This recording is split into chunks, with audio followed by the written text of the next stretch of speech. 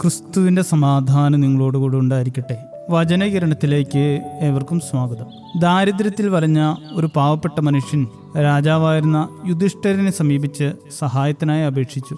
അന്ന് വലിയ തിരക്കിലായിരുന്ന രാജാവ് ആ മനുഷ്യനോട് പറഞ്ഞു, ഇന്ന് താങ്കളുടെ പരാതി കേൾക്കുവാനും പരിഹാരം കണ്ടെത്തുവാനും എനിക്ക് സമയമില്ല. നാളെ എത്തുക, അപ്പോൾ വേണ്ട സഹായം നൽകാം. സഹായം ലഭിക്കുമെന്ന പ്രതീക്ഷയിലെത്തിയ ആ പാവപ്പെട്ട മനുഷ്യൻ നിരാശനായി തിരികെ പോയി.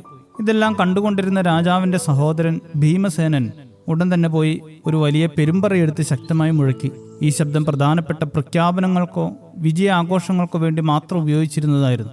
ആകെ അമ്പരന്ന് പോയ യുധിഷ്ഠിരൻ ഉടൻ തന്നെ ഭീമനെ വിളിച്ചു ചോദിച്ചു, ഭീമ, എന്താണ് ഈ അനവസരത്തിൽ ഈ പെരുമ്പറ മുഴക്കം? എന്താണ് ഈ വലിയ ശബ്ദത്തിന് കാരണം? ഭീമൻ പരിഹാസത്തോടെയുള്ള മറുപടി നൽകി, എൻ്റെ ജ്യേഷ്ഠൻ തൻ്റെ ജീവിതകാലം എത്രയെന്ന് അറിഞ്ഞിരിക്കുന്നു. താൻ നാളെയും ജീവനോടെ ഉണ്ടാകുമെന്ന് അദ്ദേഹം ഉറപ്പിച്ചിരിക്കുന്നു. അതിലുപരി തൻ്റെ സഹായം ആവശ്യമുള്ള ആ പാവപ്പെട്ട മനുഷ്യനും നാളെ ജീവനോടെ ഉണ്ടാകും എന്നും അന്നും താൻ സഹായം ചെയ്യുവാനുള്ള അവസ്ഥയിൽ ഉണ്ടാകുമെന്നും അദ്ദേഹം ഉറപ്പിച്ചു. അദ്ദേഹം യമലോകത്തെ കീഴ്പ്പെടുത്തിയിരിക്കുന്നു. ഇത് വലിയ ആശ്ചര്യമല്ലേ? ലോകം അറിയേണ്ടതല്ലേ? ഭീമന്റെ ഈ വാക്കുകൾ കേട്ടപ്പോൾ യുധിഷ്ഠിരന് അതിലുള്ള പരിഹാസവും അതിൻ്റെ ധർമ്മപാഠവും തൻ്റെ തെറ്റും പെട്ടെന്ന് മനസ്സിലായി.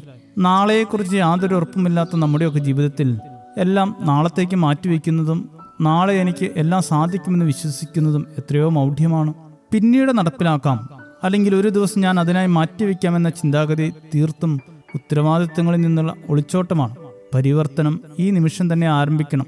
നമ്മുടെ കടമകളും സഹായവും ആവശ്യമുള്ളപ്പോൾ ഒരല്പം പോലും വൈകിക്കരുത്. കാരണം നാം നാളത്തെക്കുറിച്ച് യാതൊരു ഉറപ്പുമില്ലാത്ത ക്ഷണികമായ ലോകത്തിലാണ് ജീവിക്കുന്നത്.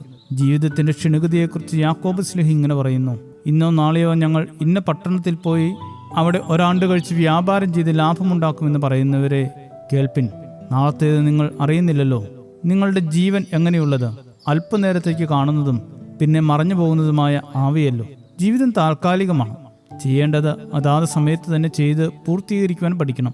നാളെ അതൊക്കെ ചെയ്യുവാൻ നാം ആയുസ്സോടെ ഉണ്ടാകുമോ എന്ന് അറിയില്ലല്ലോ. നാളെ എന്നല്ല, ഇപ്പോൾ തന്നെ എന്ന് പറഞ്ഞ് ശീലിക്കുവാൻ ഇടയാകട്ടെ. ശുഭദിനം നേരുന്നു. ദൈവം അനുഗ്രഹിക്കട്ടെ. പ്രയാണകാലം 4 വിരൽ നീളം ആയതിൻ പ്രതാപം കഷ്ടത മാത്രം. പ്രയാണകാലം 4 വിരൽ നീളം ആയതിൻ പ്രതാപം കഷ്ടത മാത്രം. ഞാൻ പറന്നു വേഗം പ്രിയനോടു ചേരും, വിൺമഹിമ പ്രാപിച്ചെന്നും വിശ്രമിച്ചിടും. ഞാൻ പറന്നു വേഗം പ്രിയനോടു ചേരും, വിൺമഹിമ പ്രാപിച്ചെന്നും വിശ്രമിച്ചിടും, എന്നും വിശ്രമിച്ചിടും.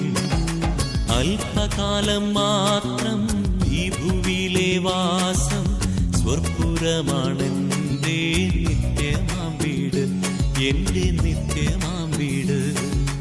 അല്പകാലം മാത്രം ഈ ഭൂവിലെ വാസം, സ്വർപ്പുരമാണെന്റെ നിത്യമാം വീട്, എന്റെ നിത്യമാം വീട്.